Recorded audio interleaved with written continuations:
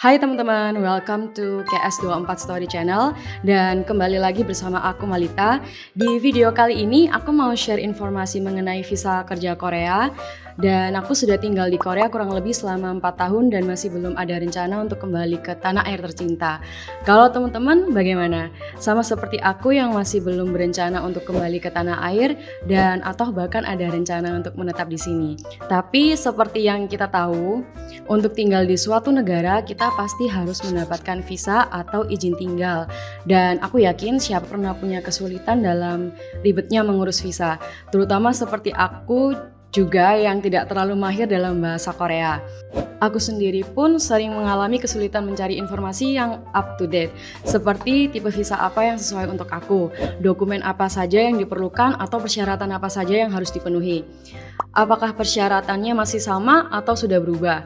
Tapi syukurlah sekarang aku dapat menemukan informasi visa dengan mudah dalam bahasa Indonesia. Jadi di sini aku juga ingin membagikan informasi tersebut kepada teman-teman yang terutama memiliki visa E9, E10, D10, D2 ataupun D4. So stay tune. Apa itu visa E74? Visa E74 adalah visa dengan sistem poin untuk pekerja terampil dan kalian bisa mendapatkan visa selama 2 tahun. Mengapa harus ganti ke E74 di tahun ini? Pertama, pemerintah Korea telah membuka kesempatan untuk memperoleh visa E74 ini bagi 35 orang asing di tahun ini ya teman-teman. Sehingga peluang untuk mendapatkan visa E74 itu cukup besar buat teman-teman. Kedua, persyaratan pengajuan visa E74 ini bisa saja berubah di tahun depan dan bisa jadi persyaratannya akan semakin sulit karena pendapatan perorangan di Korea tahun depan juga akan naik. Nah, jadi sayang banget kan kalau misal teman-teman kelewatan kesempatan ini. Apa sih kelebihan dari visa E74? Kelebihannya, bagi teman-teman pemegang visa E9 atau E10, kalian tidak perlu kembali ke negara asal ataupun re-entry setelah bekerja selama 4 tahun di Korea dan bisa mengundang keluarga inti, istri atau suami, dan anak untuk tinggal bersama di Korea. Menarik ya? Untuk lebih detailnya, teman-teman bisa langsung aja cek dan daftar di website KS24 dalam bahasa Indonesia. Bagi teman-teman yang sudah tinggal di Korea dan ingin menetap di Korea dalam jangka waktu yang lebih lama, tipe visa F2R merupakan salah satu solusinya. Visa F2R ini merupakan tipe visa yang baru saja dikeluarkan oleh pemerintah Korea dengan masa berlaku 5 tahun dalam sekali pengajuan. Siapa aja yang bisa mengajukan visa ini? Untuk saat ini hanya pemohon dengan visa D2, D10, E9, E7, dan E74 yang dapat mengajukan visa ini.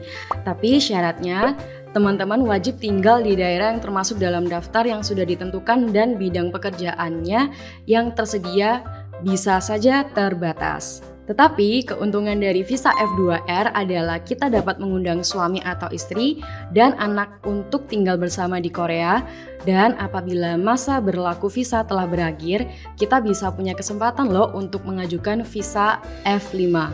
Visa F5 ini merupakan visa level tertinggi loh di Korea. Bagi kalian yang mungkin suka tinggal di daerah pedesaan atau kota kecil, visa F2R bisa menjadi opsi terbaik. Seperti yang aku bilang di video sebelumnya, sertifikat kemampuan bahasa Korea, baik itu TOPIK maupun KIP, itu sangat penting dan akan sangat berguna ketika kita mengajukan visa Korea.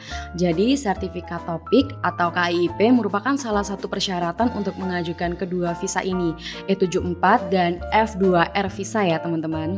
Untuk persyaratan lebih detail, kalian bisa cek dan cari informasi langsung di website KS24. Link websitenya ada di kolom deskripsi.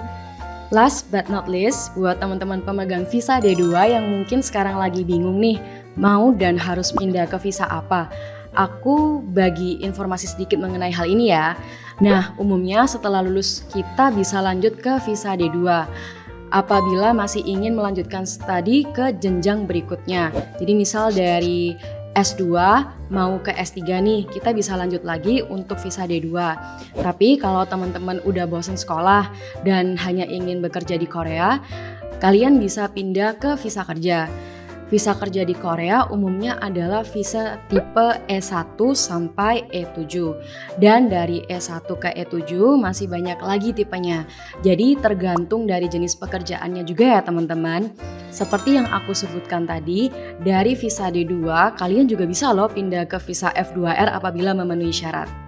Oke, sekian dulu untuk video kali ini. Cek dan konsultasi langsung mengenai visa yang baru saja aku jelaskan di video kali ini. Karena saat ini KS24 sedang ada event 10 kali konsultasi gratis. Jangan sampai kelewatan. Kalau mau tanya-tanya tentang visa lain atau daftar ujian bahasa Korea, boleh juga. Tim KS24 siap untuk membantu teman-teman. Dan kalau kalian merasa video ini sangat membantu, jangan lupa like, comment, subscribe biar nggak ketinggalan info-info menarik dari KS24. Thank you for watching, bye-bye!